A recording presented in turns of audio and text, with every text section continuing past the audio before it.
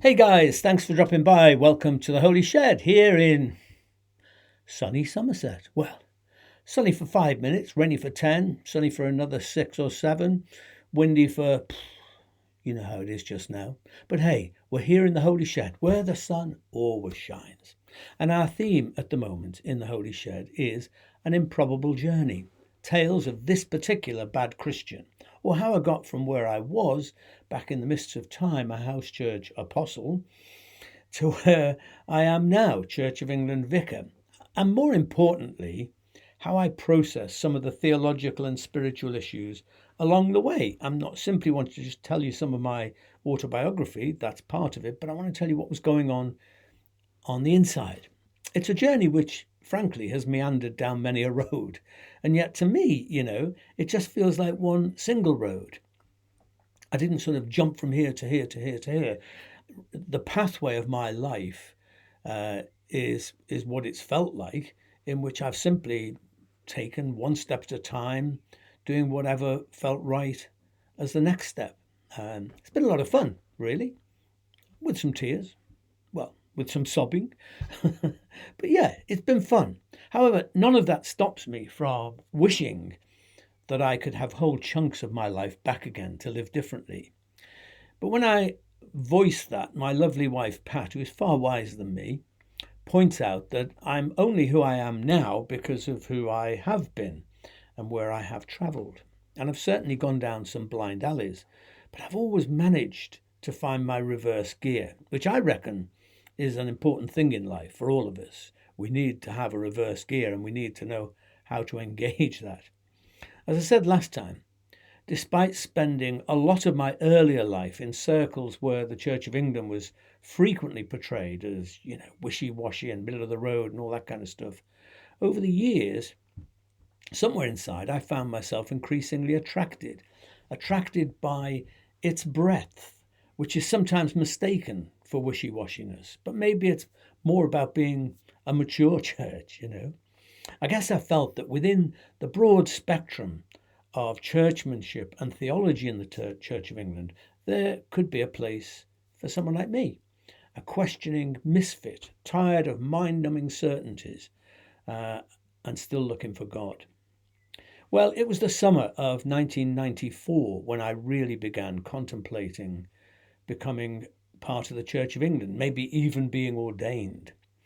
I was invited to preach at St Luke's Church in Holloway in North London for 3 Sundays when the then vicar was on sabbatical. St Luke's was, in fact, the base of the Greenbelt Festival, which had become a home for my soul over the previous couple of decades, so I knew I was among friends.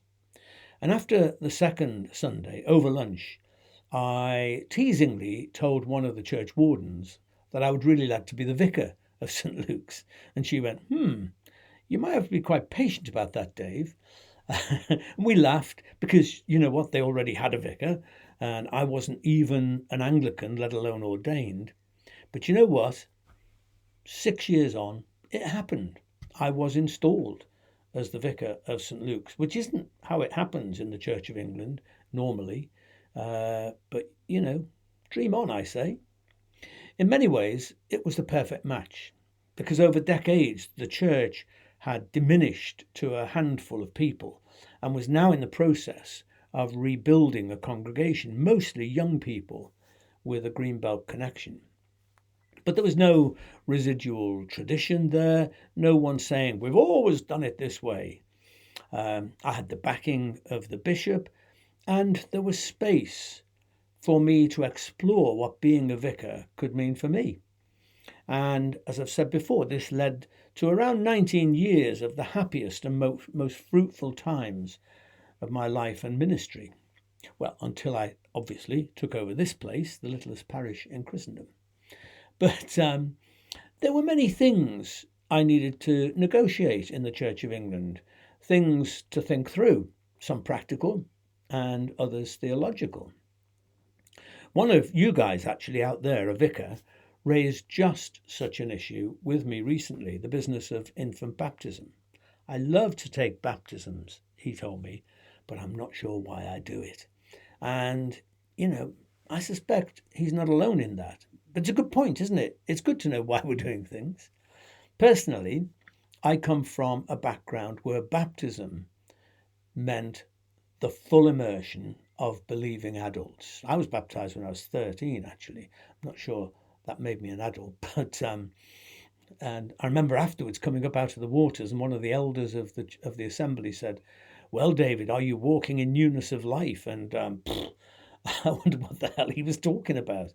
But that was what we believed in, the immersion of adults, not the sprinkling of babies. But, as time had gone on, I'd mellowed and outgrown that background, and I'd stopped worrying about how much water was involved, dunking or sprinkling. That didn't seem to me to be very important. It's a symbol after all. But I hadn't really given very much thought to the actual issue of infant baptism. And then one of my first vicaring tasks at St. Luke's was to baptize 3 gorgeous babies, triplets, who, are now my grown-up friends, beautiful people with amazing lives and careers, and I love them. But soon after that, I was immersed, if you know what I mean, in requests for infant baptism, not just from folk within the congregation, but from people in the wider parish community who never normally came near the church. And that was something completely new for me. I didn't come from a background where people would do that. And, it's a dilemma. It's a dilemma for all vicars who face that. Unchurched families coming along and requesting a very specifically Christian rite, which they likely know very little about. And godparents making promises which are often little more than box-ticking exercises. Some vicars try to resolve this issue by requiring that the family attend church for, 3, 6, however many months, or to take an alpha course or whatever, which actually can be very much like a different kind of box ticking. Because, people will do these things. They'll come to marriage preparation if that's how they're going to get married, whatever. Doesn't mean to say that they like it or that it's really engaging them. Me, I'm a bit more influenced, I like to think, by the example of Jesus, who welcomed all and sundry to become his followers, who broke bread and shared wine with the riffraff of his day. Not an alpha course anywhere in sight. He called them friends. He treated them as insiders, even though the religious hoity-toity of the day treated them as outsiders. It's what I call grace, beautiful generosity. Of course, I would always explain to parents and godparents what was going on, what it was about, as best I could. But my explanation increasingly revolved around welcome to the family. Not you need to be saved and all that kind of stuff, but welcome to the family. Also, I found myself more interested in the quality of godparents as people who will love and guide a child as wise friends, rather than bothering too much about their religious CVs, which can be very deceptive. I've had people who've jumped through the hoops of being baptized and confirmed, who, did not greatly impress me as potential godparents.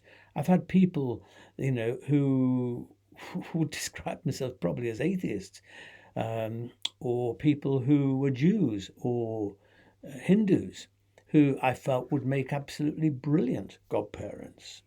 Which brings me to the business of original sin. I mean, look, I cannot for a moment believe that each and every precious child handed to me at a baptism font is born in sin, is alienated from God by some inherent stain and guilt, which ultimately incurs the wrath of God. I mean, that's original guilt, which makes absolutely no sense to me at all. And yet, tragically, it's become a basic building block in Christianity for a lot of people. It's become a basic building block in a whole psychology of guilt and shame that haunts many people and permeates much baptismal theology and practice. Do I believe in sin? Well, don't be daft. Of course I do. Sin and evil are perfectly evident in the world. But I don't look to the what I think is a wonderful mythical story in Genesis to find an explanation for that. Nor did Jesus, by the way. He was a Jew to the day he died. He was a faithful Jew. And original sin is not a Jewish idea, never has been. He also didn't call people to kneel at the altar, as it were. He told them to make different choices. Just read the Gospels.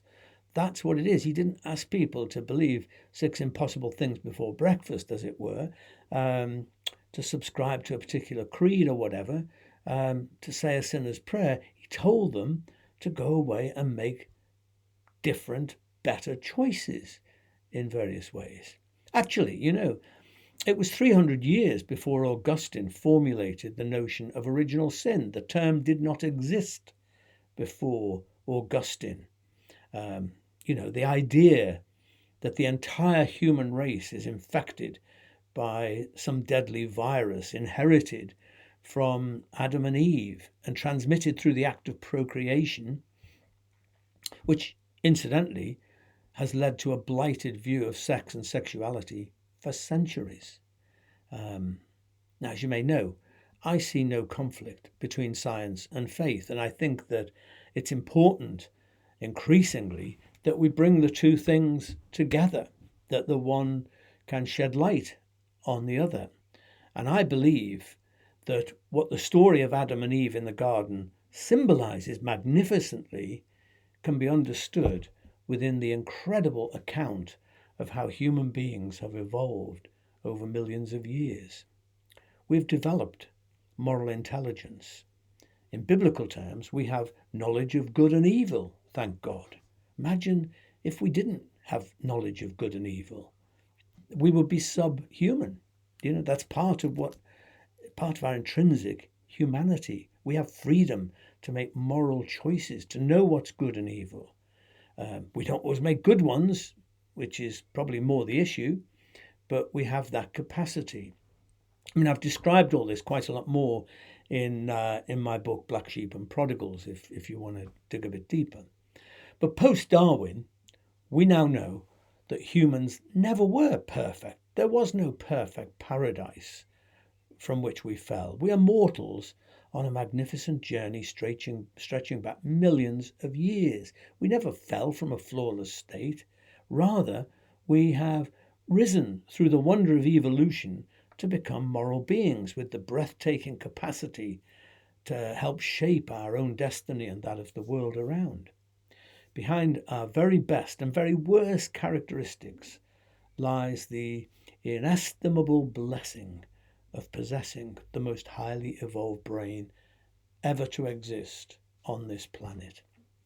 Now, none of this, excludes God or the Bible from the picture, provided our God is big enough and not imprisoned in a literal interpretation of Scripture, but abounding in the majestic process of cosmic and biological evolution stretching back 13.8 billion years to the Big Bang. God and evolution are not competing options. Don't let anybody tell you that they are. God is the creator spirit, the breath in the lungs of all life, the ultimate reality that transcends everything, yet fills everything. Actually, I believe that the commonly understood doctrine of original sin is distinctly unoriginal. As I say, it isn't in the Jewish scriptures. It isn't in the teachings of Jesus. It isn't in early Christianity. Augustine was the first person to use the phrase in the 4th century. I believe Christianity is actually about following the way of Jesus in making the kind of choices that lift us up to become the new humanity that Jesus talked about and represented. I believe in original blessing, actually, in God's original goodness within every child I hold. I believe in the potential in each of us to evolve into the beautiful people God intends us to be. Instead of original sin, I believe in original choice, the capacity for moral judgment and choices, and that's what defines us as human beings. So yes, a lot of the choices that people make, that I've made, that I do make are not good choices. But I think that the Christian gospel is calling us to follow in the path of Jesus, to become, to find a higher consciousness and an extended sense of our humanity in and through who he is. So, yes, I delight to baptize babies as well as adults, and I do so with the passionate conviction that each and every one of them is born in a state of grace, is blessed by God from birth, breathed into life by the Holy Spirit, and loved unconditionally. I baptize them not to release them from some guilt, a virus passed down from Adam, but as a symbolic way of celebrating life, of pointing them toward Christ, and of welcoming them into the church, into God's family of all creation, where they already belong. It's a symbolizing of something which already is there. My regret, is that the revision of the baptismal liturgy and common worship, the prayer book of the Church of England since the year 2000, I regret that it wasn't bolder for a new millennium. And I confess to tinkering with it quite a lot, mostly to make it more inclusive, more fathomable to ordinary non-church going folk, more positive about the original blessing by God. I also often include a line about it taking, the one, about it taking a village to raise a child. And so I often invite aunties and uncles, grandparents, siblings, or the entire congregation to gather round and commit to that responsibility toward this child. This is a more generally secular idea, of course, but it's one that folk can understand. And, I often look to so-called secular sources for more accessible ways to say or comprehend things which are integral to the Christian faith. That's just good teaching, and it's a practice that goes back to the beginning of the Christian faith. At a practical level, I soon realized that the official requirement that a baptism should take place in the main church service was really quite impractical in so many instances. I'd maybe suddenly have 50 or 90 or 100 new people in church crowding the place out, who basically, many of them, didn't want to be there, who were bored by the rest of the service. And it showed, who pissed off the regulars by chattering, eating crisps, and generally misbehaving in all kinds of ways. So I thought, no, this is a certain way to turn people away from the church and faith. These are not bad people. It's about context. They're out of the zone of anything that they can understand or connect with. And really, I felt I could serve everyone much better by offering to conduct baptisms at a different time. And it's amazing how much more engaged people become when they're not being coerced into attending a church service where the event that they've come for is just one small component. And by taking this approach, I think we've been able to have much more meaningful and relevant baptism services. And as a wonderful spin-off, I've seen numerous people become part of the regular congregation to find faith for themselves, because it's been something that connected with them at a spiritual level. My lovely colleague and dear friend Anna also handles the dilemma beautifully by mainly baptizing children after the morning service and then inviting parents and godparents to attend church the following week, where a feature is made of introducing them and the child to the whole of the regular congregation and then presenting the candle that's part of the service, with everyone applauding, cheering and welcoming the child into their midst. In my view, what I'm describing, I think, is being true to the spirit of the Church of England by viewing everyone in the parish community as part of the wider church family. They may not make their way to church every week, but occasions like baptisms are a wonderful opportunity to make them feel included. And who knows? Kindness can go a long way, guys. And this is something I believe in deeply. The gospel of kindness, the good news of kindness. As I often say, kindness is love in action. Love can be a very vague and woolly notion, but kindness is something that is concrete, that's practical, that's flesh and blood. Love in action. So anyway, there's a prayer in my OMG prayer book called the Moral Maze, and I'd like to pray that prayer now because it kind of connects to what really we've been talking about. Choices, God. I love choices. I hate it when I'm told that I have no choice, that this is the only way, the only option, take it or leave it. Surely the world can't be that simple, reduced to a single choice, one possibility, one right path, one true faith, believe it or be damned. No, that can't be right. By choice, I'm pro-choice. I can't imagine a rule book that covers every eventuality when at the turn of a page says unequivocally what is right, what is wrong, no matter the situation. Some things are obvious. Don't be a jerk. Stop abusing Mother Nature. Don't treat people like trash. Other things make my head hurt.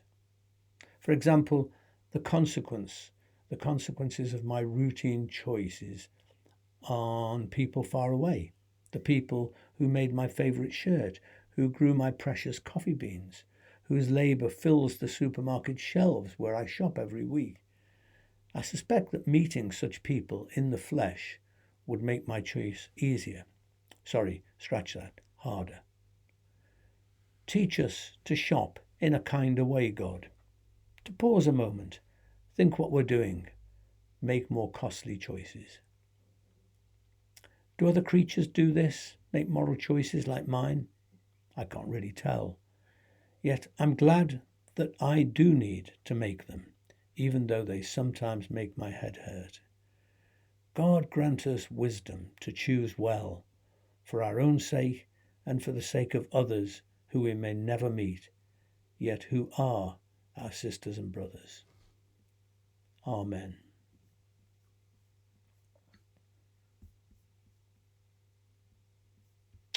Okay, well, if you've got a drink handy, I just happen to have a mug of tea that my lovely just made me. So if you've got a drink there, whether it's a glass of wine or a glass of whiskey or whatever it is, I invite you to take it in your hand now and join me in a toast to babies, black ones, yellow ones, white ones, brown ones, to every child created in the image of God and pronounced by God to be good. To the moral maze of choices that we make each day, big ones, small ones, funny ones, do your head in ones, sad ones, joyful ones. To the blessed privilege of being human beings in a sometimes dehumanizing world. To life with all its complications. L'chaim.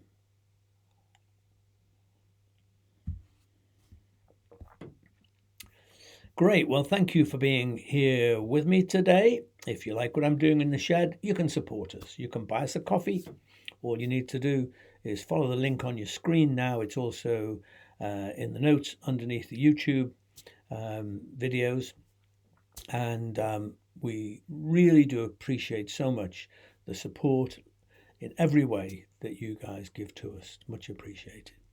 Now, I just want to finish two sort of things I want to mention as a parish notice, which is that there are two retreats coming up which I am leading in September, back to back. I'm going to be busy at that time.